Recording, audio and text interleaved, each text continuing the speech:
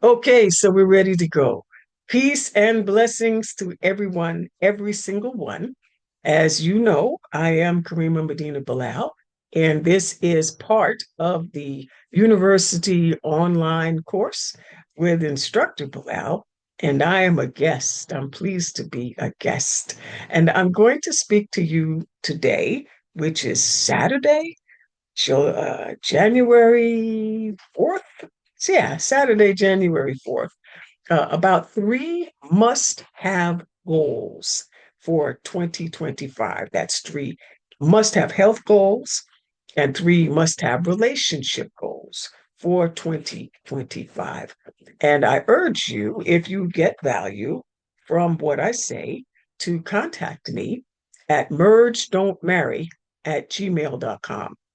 Mergedontmarry at gmail.com. And you can, I don't know how to work the chat part of this yet. This is still a work in process. I can manage your high blood pressure, but I got a thing with tech. So please be patient with me. We'll get all that together and we will get back to you when you get in touch with us. Remember, merge.marry at gmail.com. So here we go. Just one second. All right, here we go. So, three must have health goals for 2025. Number one, make your health your first and most important priority. Make your health your first and most important priority. And why is that? Because with good health, everything is possible. Without it, nothing is. Nothing is.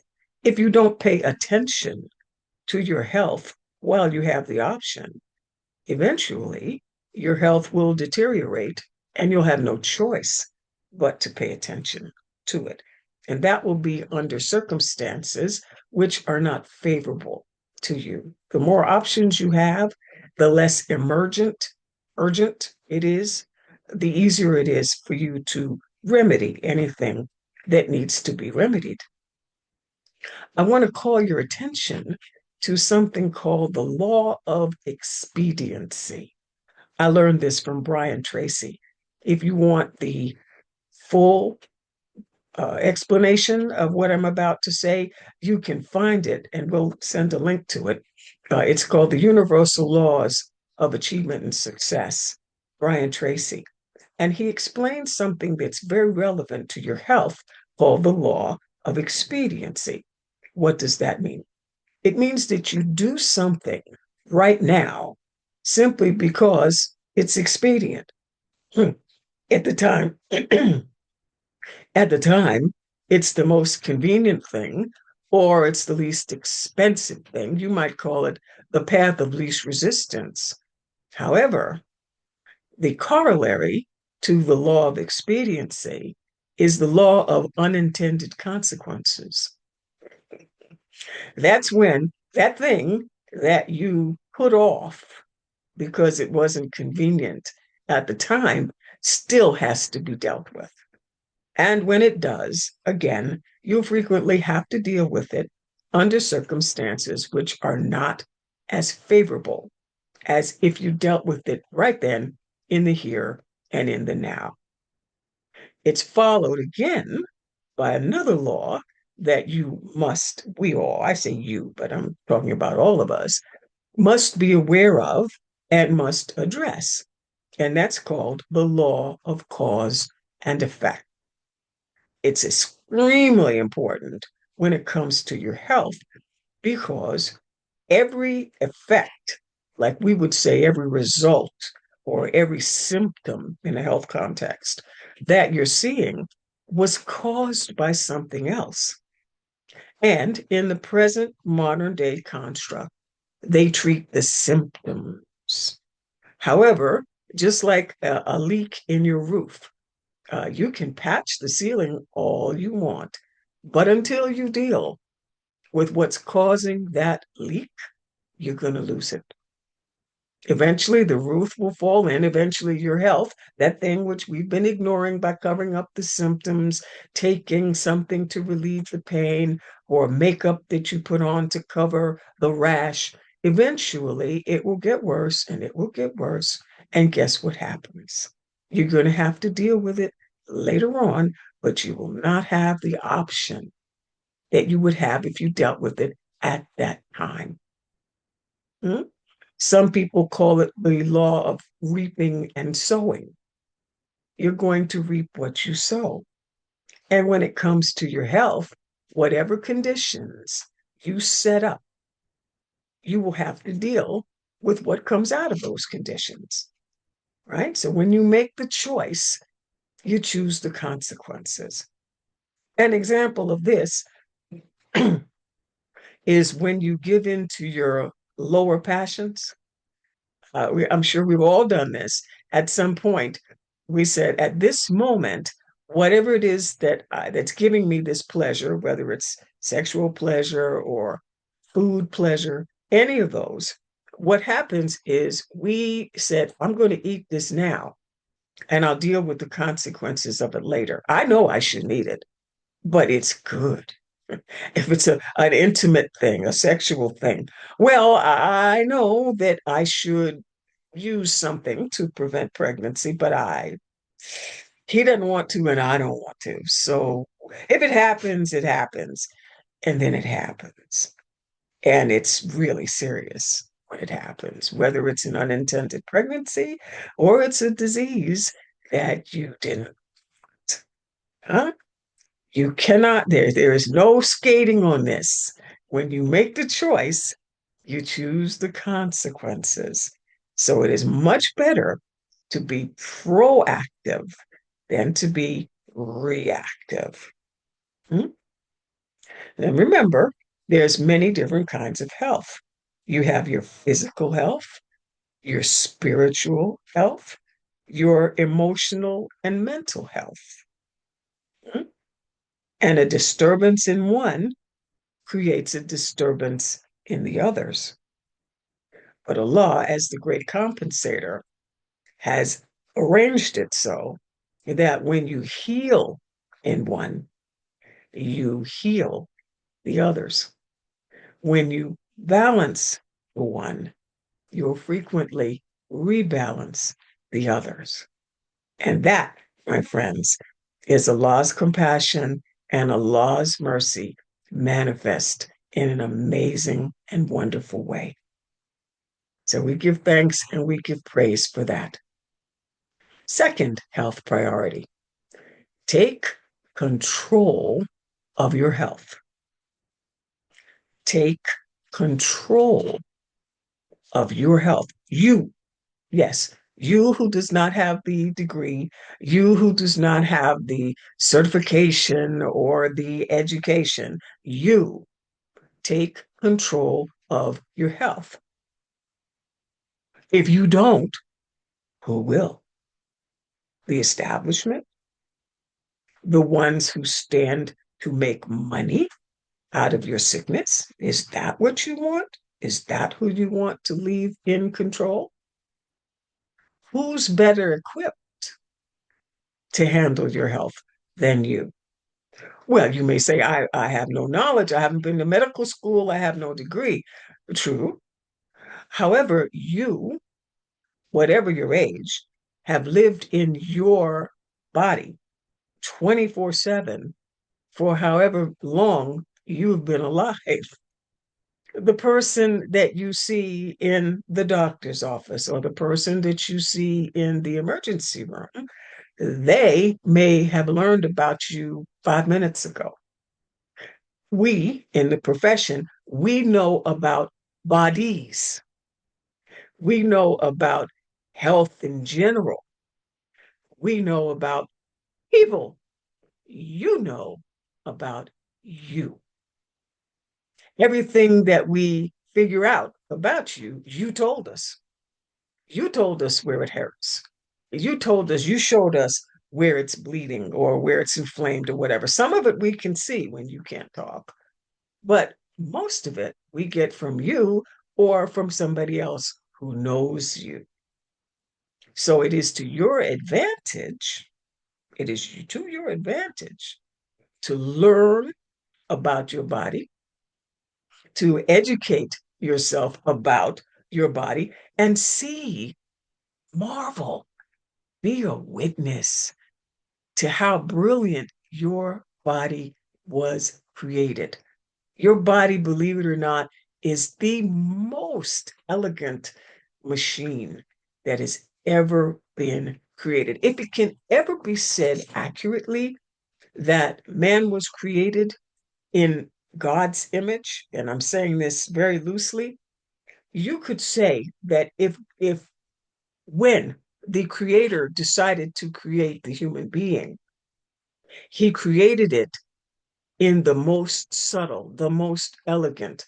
The attribute is latif, al latif, the elegant, the most subtle, the most intelligent, ahsane takwim, the most intelligent and excellent design. Do not allow anybody to tell you otherwise. Your body is not stupid. It does what it does because it's divinely inspired to do that in response or in reaction to what we do. Mm? Your body, our bodies, were created to ensure survival. So when we do things that threaten survival, the mechanisms that were installed in us by the source creator kick in.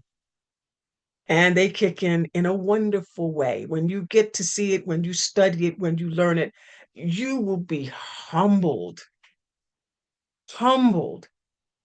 when you fully understand the gift that you've been given, we've been given. I tell you, the first time that I looked under a microscope and I was able to see what a white blood cell does when it encounters a bacteria or when it encounters a virus particle, when you see it, you understand what Allah meant in the Quran when He said, I will send my servants who are given to terrible warfare. My servants given to terrible warfare. These beautiful, beautiful white cells that we have, and we've got several of them. Army, Navy, Air Force, and Marines. We've got them in our respiratory system for the air. We've got them in the water system, in the blood. We've got them in the earth system, on our skin.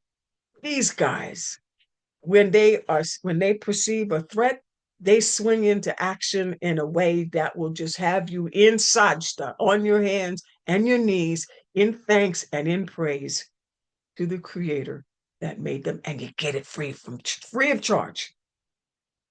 Only thing you have to do is get out of the way, respect and maintain it. Get out of the way. Stop picking the scab. Stop opening the wound. Stop pouring salt on the wound. Your body knows nothing else except how to heal. It doesn't know how to do anything else. It doesn't know how not to heal. Now, that may run counter to what you hear, but take that to the bank. That's gospel. 45 years in the business, in the trade, and I'm a personal witness that that is, in fact, the truth. Build your home care center. Yes, build your home hospital and your kitchen clinic. This is what we did before we had insurance. This is what every prairie mom, every farm mom, every village grandmother, right?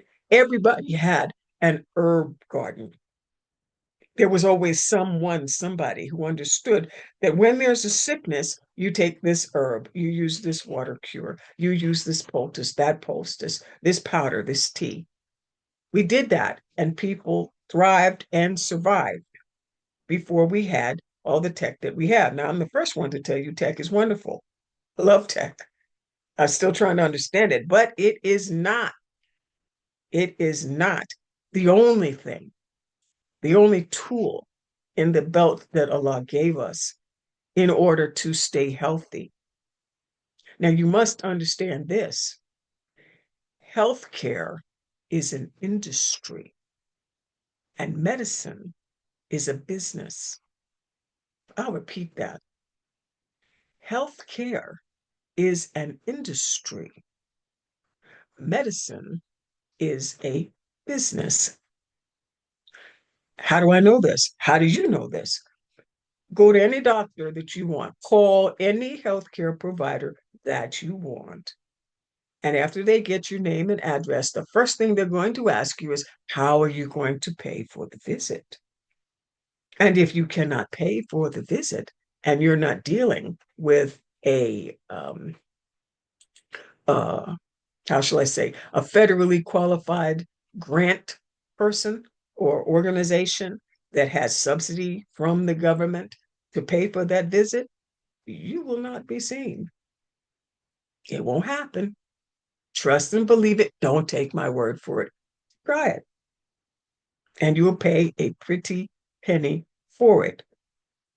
Healthcare is an industry. As we speak right now, in the different stock exchanges all over the world, medical corporations are trading stock, banking on the fact that you're going to get sick at some point and you're going to need a medication that they have patented and that they sell. The current weight loss drug is a clear example of that. They're making projections on how their next quarter profits will soar because they're going to get authorization to provide it to people who might not otherwise be able to afford it. The same thing with the injections. They've already prepared the injections for the next sickness of the moment that will be released onto the public at some time. Because if you didn't know, this is cold and flu season. And there's an epidemic just waiting to happen for which you're going to need an injection, which they've already prepared quite a while ago. And they're prepared to distribute. All of that has been discussed, traded, and financed while we were sleeping. But no one should profit from your health more than you. Why? Because no one stands to lose more from the loss of your health than you. Hmm? So make it a priority. Educate yourself. Make sure that you educate yourself as time goes on about how to take control of your health. Interesting thing. You may say, well, I can't do that. But guess what, ladies and gentlemen? How do you think a doctor learns what a doctor has learned? They started out green as corn, just like you. Green as corn, dumb as a stone, just like you. What did they do? They were given a curriculum. They took courses. They learned. They practiced what they learned. They were trained by someone who knew more than them. And over time, you gain experience. You marry that with what you studied, and there you go. You can do that. You can do that. Whether or not you get a degree and you're now licensed to do that for somebody else, that's a different question. But you can certainly do for yourself. You can. So that's the take home message from that is prioritize your health, educate yourself so that you can learn what to do and how to do. Now, give me just a second while I figure out how to do this part here. Okay, here we are. Click. And there we go. There we go. All right. Number 3, prioritize your health. Prioritize sleep. Yes, prioritize sleep. If you didn't know it, sleep is not optional, despite what your employer might want you to do. Sleep is not optional. Did you know that your sleep habits, and the quality of your health has a direct relationship to your health? Sleep deprivation leads to psychosis. It leads to schizophrenia. It leads to mania.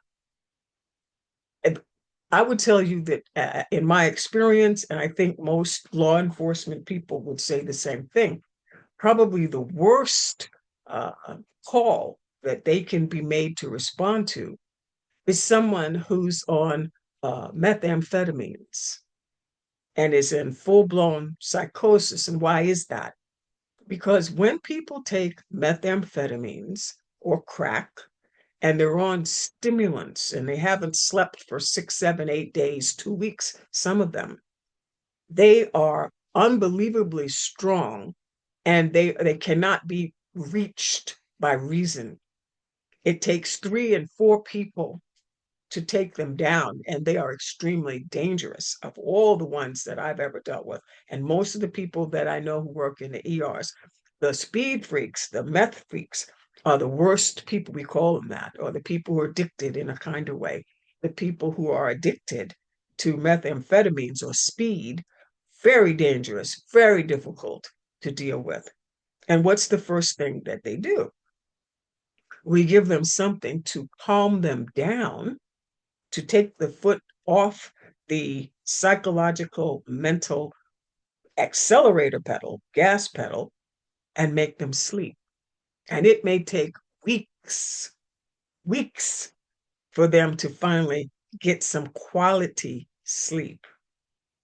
Right? Much less difficult to deal with are the people who are on the depressants.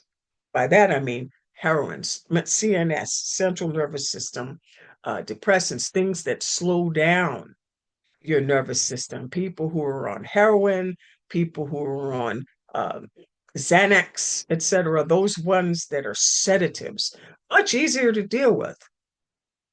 People that smoke marijuana, they calm down, they get hungry, and they'll eat all your cereal, but they calm down. And as a matter of fact, people who are in acute psychotic episodes usually have lost the balance between those brain chemicals that apply the brake pedals or slow down the mental processes, and they are overstimulated by the ones that speed up your mental processes, the dopamines, the adrenalines. These are the things that lead to severe anxiety. And what are they given?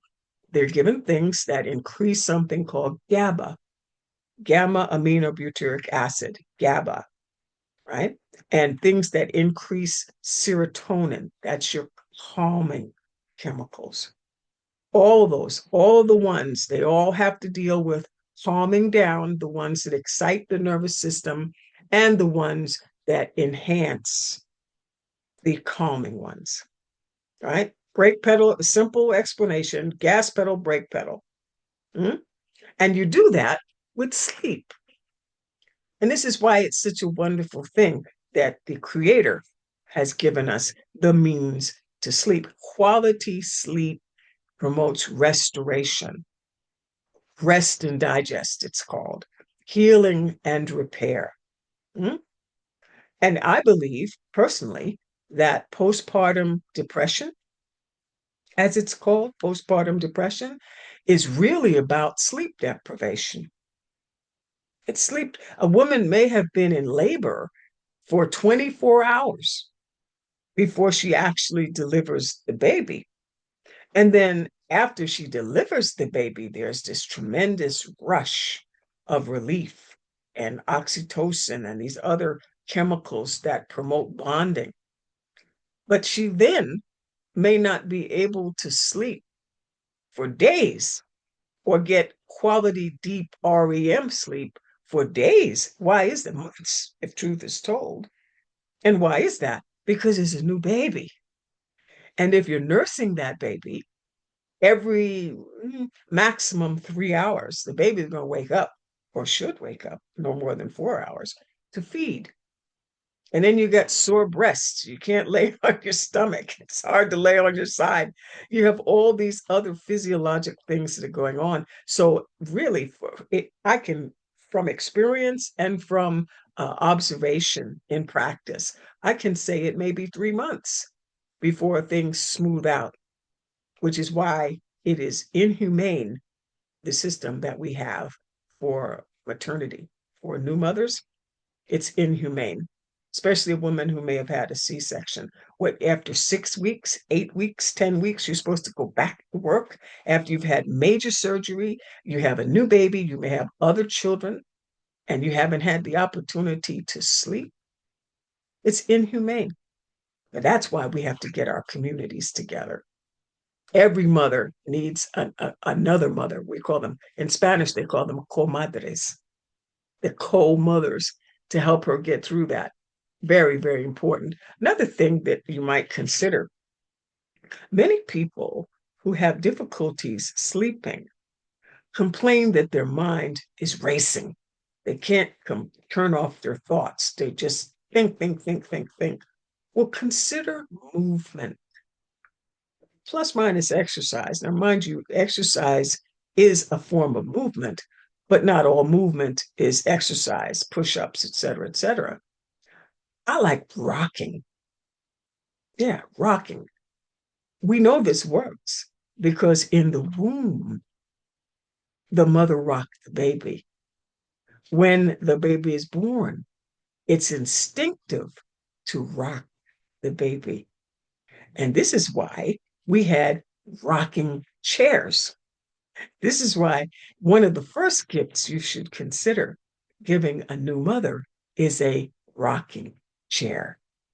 It's good for you, it's good for the baby, and it helps both of you sleep. So I want to go on now to the relationships. 3 goals that you must have in the next year, in this year here. And this is relationships. Mind you, if you're getting value from what I'm saying and you'd like to know more about the course that I'm conducting in 2025 on relationships and on health coaching, you can visit me at mergedontmarry at gmail.com. Mergedontmarry at gmail.com. This will be up on the net, as you know, so you can also give me a like. We're in process of getting that website up, but Instructor Bilal will put me up on his, so you'll still be able to get me. So relationships, 3 must-have goals for your relationship in 2025. The first one, and most important one, in my view, is your relationship with the Creator, the source. We call that source Allah. If you have another name, no problems, because the Creator and the source, Allah, knows who it is. It's very clear about its identity. And when this relationship, your relationship with your Creator, is properly aligned, and you've got the proper understanding of what that relationship is, all else in your life will work and work well. And when it isn't, nothing else will work well. It will not. A classic example of that is fidelity. When you have a close relationship with your Creator and your significant other has a close relationship with your Creator, such that they have a high degree of something called taqwa, regardfulness, mindfulness, awareness, that at wherever you are, whatever you're doing, the Creator is there, present, and recording for quality control and training purposes, whatever your experience is. When you have that in mind, you're not worried about, well, my partner went on a business trip, or when I'm at work, my partner is alone and my partner is doing something which would cause problems for me, for him, for us, for our family, for our relationship. Won't cross your mind. And why is that? Not because you're that bad. You know all that. You got to go through his or her phone and figure out all that. That's foolishness. That's foolishness because there's no way for you to know everything that that person is doing every minute of every day. And even if you did know, you couldn't possibly, and neither do you have a right to interfere. But when that person has a high degree of taqwa, a high desire, an intense desire to keep their relationship with Allah, with the Creator, intact, and to behave in such a way that they know the Creator will be pleased with them, you don't have to worry about that. You can go on with your life, which is what your responsibility is, to live your best life, to earn your way into paradise. And this is one of the things that I put a lot of emphasis on in my course, and that is a song. I think the Whispers, they say, "Are you going my way? I'm headed to paradise. What I'm doing right here in this life is to help earn my Jenna points. Just like you earn points when you travel on the air in the airwaves on the airlines, I'm earning my Jenna points right here in this life, so that when I get to the paradise, I got a good chance of being admitted. People that don't have a degree, a high degree of taqwa, people who are not aware of the presence of the creator and the source, the omnipresence of the source at every given moment, these are people that you should run screaming from. Why? Because they will do anything if they do not feel that there's an accounting to be given for their behavior. They'll do anything, anytime, any place, and most of which you will know nothing about. So that's the first and most important relationship, the relationship with your creator. How will you know it? Because you'll see it. If yours is intact, you'll see it manifested in the other person as well. Second thing, second goal, your relationship with yourself, or your own self, as, as we used to say. Well, what is that? How does that manifest? How do you feel on a day to day basis? What's your general state of being? Personally, my default setting is happiness and gratitude. Understand this, my friends. Nobody can make you happy. You make yourself happy, and you make yourself happy while you're in the presence of someone else. So, all the songs that you hear, you are my everything. Without you, my world is empty. No. If you do not know how to make yourself happy, you will suffer and you'll be a burden on the other person. You can be happier with another person, but in the end, it is you that make yourself happy. Well, how do you do that, Sister Kareema? The first thing, develop and maintain an attitude of gratitude. That is the actual process by which I keep myself happy and maintain my taqwa. What does that mean in practice? I thank Allah for everything. When my thoughts wander off, it's because for that moment, I have to focus on whatever it is I'm doing. But short of that, thank you, Allah. When I wake up in the morning, thank you, Allah, for waking me up today. Have to go to the bathroom. Thank you, Allah, for working kidneys. Thank you, Allah, for bladder control. Thank you, Allah. I have a bathroom to go to. Now, most people will say, well, geez, I take that for granted. You'd only say that if you've not traveled to some place that didn't have bathrooms. Have you ever been on the road? You're in the car. God help you if you've ever had to go 95 north. There's a certain point where you're traveling from Virginia into DC, and you could literally, right around Quantico, you could be there for an hour stopped in traffic with a full bladder and having to go to the bathroom. That's when you get that message. My God, it's a wonderful thing to be able to go to the bathroom. That's a little bit basic, but I thought I'd make it plain.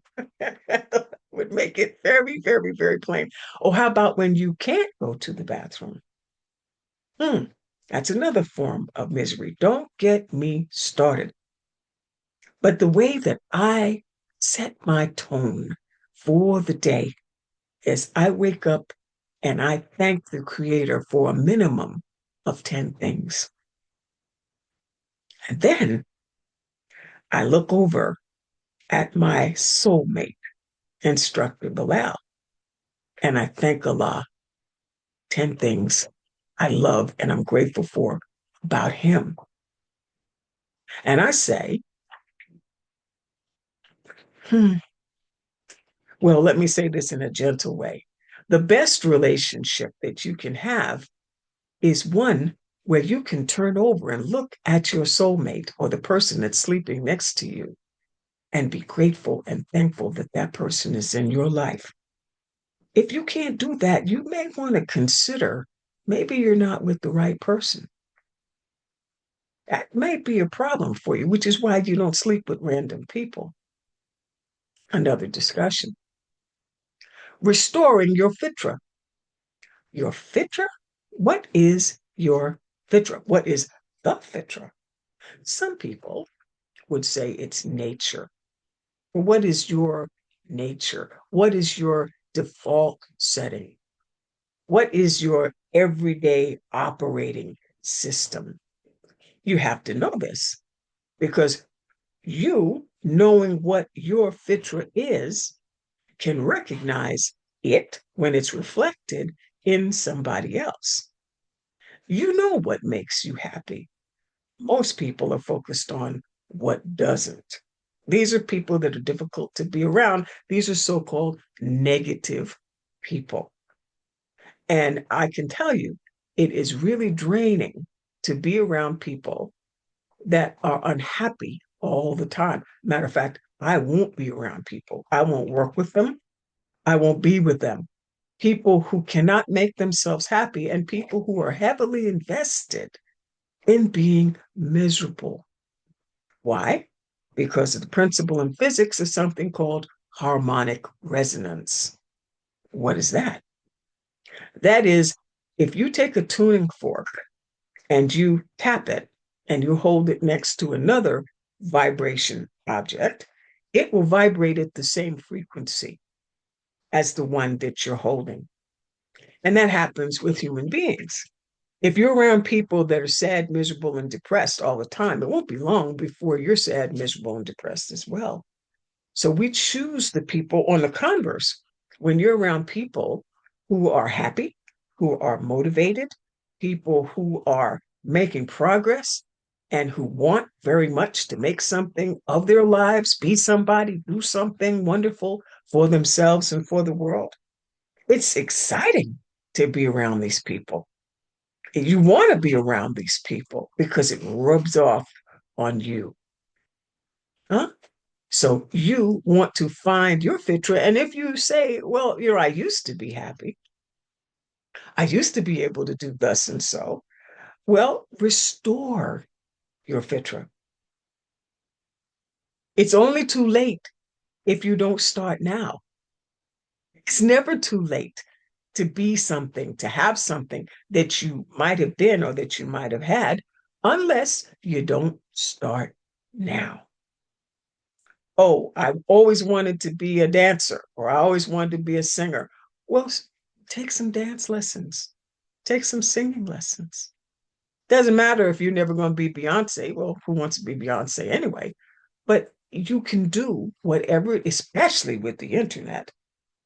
You can be or have what you want to be or what you want to have if only you know what it is, number one.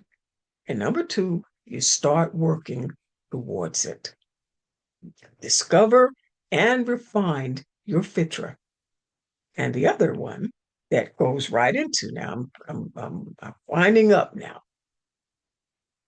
Acknowledge and respect the fitra of others in your space. This is a huge component of being able to successfully cohabitate with another person. On television, in the movies, you will always hear people saying, my wife, well, she does this and it drives me crazy. Or my husband, he does this and I can't stand it. Well, this is the value of learning the other party's fitra before you cohabitate with them, or before you marry them, or before you commit to them. You have to know how a lion lives in order to be able to coexist in an environment where there are lions. Otherwise, there's going to be a problem. And you have to respect, this would be the point that I want to leave you with. You have to recommit and reinforce humanity, your humanity, and recognize, celebrate the humanity in other human beings, ones that are in your space, most specifically, your partner, your husband, your wife, your soulmate. Your soulmate is a human being just like you. Hmm? And the things that you want, have a right to desire as a human being, so does that person. There's a trend right now that I absolutely despise as a woman, especially as a woman of color. When I see this on television, you'll see these ladies, I use that word loosely, who are, I consider, divorced from their fitra. They're wearing lace front wigs. They're wearing eyelashes. They're wearing makeup. They're wearing these artificial tailings on their nails. And they get on television and they start to bash men folks, especially our men folks. This, if I could get a hold to one of them, I'd snatch the wig off and drag them by their hair. Men folks are human beings just like women folks. And if you have sons or if you have daughters, these men folks are somebody else's child. They're some mother's child, just like you. You don't have a right to deny them their humanity. Now, some of them, let's face it, some men folks, they're divorced from their humanity. Some men folks, some women folks are divorced from their humanity. If you don't recognize and respect your own, it's very difficult to recognize it and respect in somebody else. But every human being has certain inalienable rights. You do not, just because you married them, you do not, simply because you give them sexual access, have a right to deny them their humanity, to rob them of their humanity. When you do, you have activated the law of karma, which is the law of cause and effect. And you guarantee that what you send out is going to come back to you. Hmm? Not nearly as pleasant. Might be gratifying to sit there and talk about and wave your head and do the cobra neck about menfolk. Maybe. But are you the one that wants to get up on a roof in mid-July or August and do roofing and tarring? Or are you the one that wants to do construction in the streets with the asphalt? First time somebody aggresses against you, the first thing you're going to want to do is reach out to a man to protect you. So we all need each other. We all take care of each other. That's what human beings do. This other hybrid, I'm not sure. When you see them, run screaming. Difficulties are created when this is not respected, when humanity is not acknowledged, when it's forgotten. You want a successful relationship? Focus on being the best human being that you can be. Focus on being best reflection or the best manifestation of the attributes of the Creator. What are those attributes? They say they're 99, but I believe there are many more of those than those. You focus on being the best human being you can be, recognize and respect that humanity in another person, acknowledge what works, focus on what works, fix what doesn't, and thank the Creator for your soulmate. I'll leave you with this tidbit that we have found as we, Instructor Bilal and I, are very well nigh 1 year at our 20th year together. Every day in the beginning, and now every week or so, we renew our vows. We ask the other one, if knowing what you know about me, having lived with me, yea, these many years, would you still marry me? Will you still marry me? And usually before I can get that out, he says yes. And then when he starts to ask me, I cut him off and say yes. And anytime you feel a hesitation, you stop, you put everything aside, and you figure out, okay, what is it that needs to be addressed? And you put Allah's healing on it and you get it straight. And that, my friends, is how we thrive. We get past just survival, but how we thrive and how we make ourselves happy and we make each other happy just by being in the same space because we're focused on pleasing the Creator, being the best human being we can be. And it's like the OJ say, I want what you want.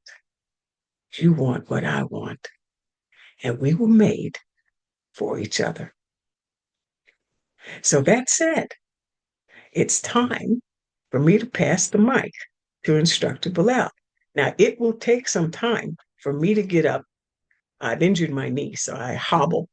I've got to get up and cross these wires and leave the room and give the mic to Instructor Bilal. So if you need to use the restroom, get a snack, get something to drink, whatever, I want you to come back in 5 minutes. It is 2:03. So we'll give you till 2:10 to come back, and now you'll get to hear my soulmate give you some of his best. And I look forward to seeing you again on the air, in the mic. Remember, if you want to reach me, merge, don't marry, at gmail.com. And with that said, I am your humble servant, Kareema Medina Bilal, wishing you the best year, the happiest, the most prosperous, the healthiest year of your life. And I'll see you again. Peace and blessings.